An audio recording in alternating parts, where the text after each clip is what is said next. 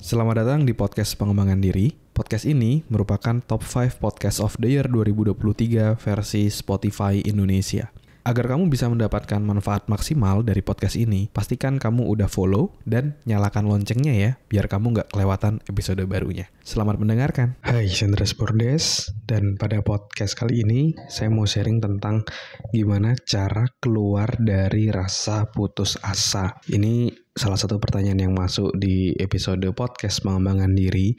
Ada yang nanya, Bang, gimana cara keluar dari rasa putus asa? Mari kita bahas di episode kali ini. Jadi ada 2 cara yang bisa kamu pakai untuk mengatasi rasa putus asa ini. Jadi langsung aja. Yang pertama adalah kamu harus punya big why atau alasan yang sangat kuat kenapa kamu harus berhasil, kenapa kamu harus sukses seperti itu.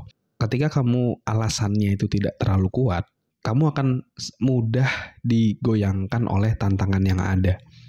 Tetapi ketika kamu punya alasan yang sangat kuat, kenapa kamu harus berhasil, kamu akan lebih kuat, kamu akan lebih strong untuk menghadapi tantangan yang ada. Jadi kamu nggak gampang putus asa.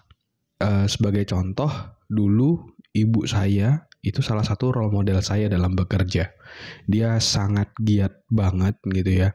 Dari pagi sampai sore itu jadi perawat di rumah sakit. Dari sore sampai malam itu jadi agen asuransi untuk menafkahi kedua anaknya. Beliau sangat-sangat luar biasa, sangat-sangat bekerja, sangat-sangat keras banget.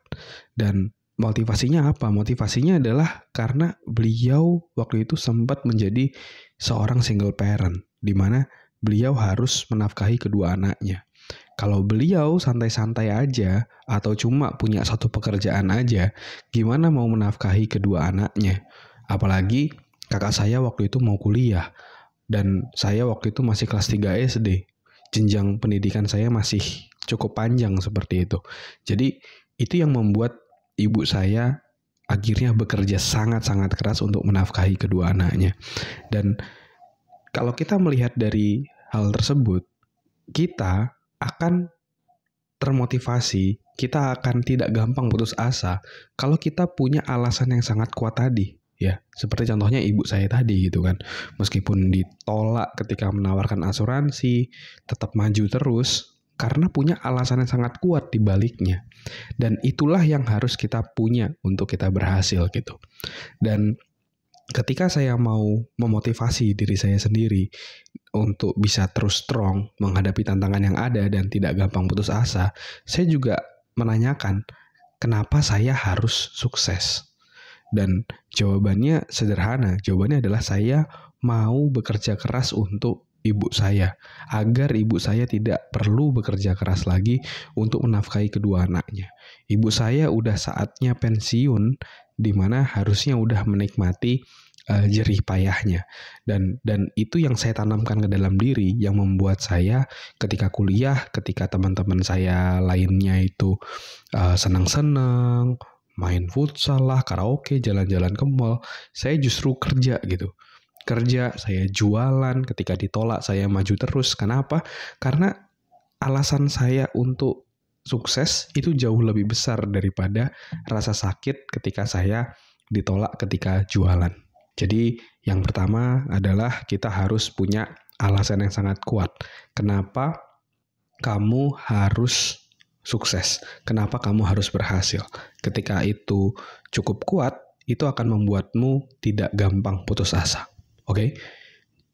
Nah, terus yang kedua, ya, cara yang kedua, ini saya ambil dari buku 7 Habits ya. Kalau kamu mau mempelajari lebih lanjut, kamu juga bisa mendengarkan episode-episode awal podcast pengembangan diri, di mana saya nge-review 7 habit di dalam buku 7 Habits of Highly Effective People. Kamu bisa coba cari episode-episode awal ya.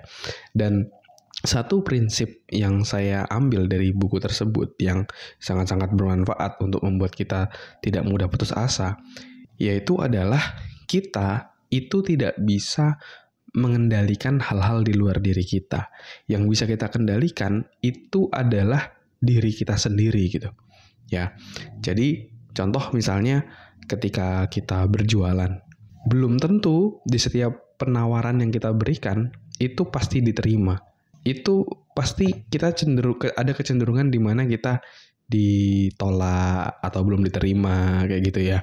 Dan pada prinsipnya kita nggak bisa mengendalikan orang lain untuk akhirnya membeli barang kita. Yang bisa kita kendalikan itu adalah diri kita sendiri. Bagaimana kita merespon hal-hal yang terjadi pada diri kita kayak gitu. Ya.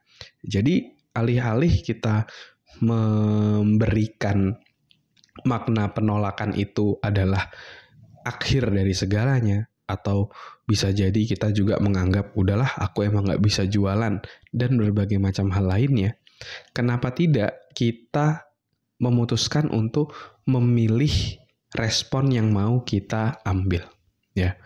Jadi kalau contoh misalnya saya lagi jualan, contohnya lagi jualan, terus saya ditolak, terus saya memberikan arti bahwa ini adalah akhir dari segalanya, atau saya emang nggak bisa jualan, ya udah pasti hasilnya saya akan jadi putus asa gitu.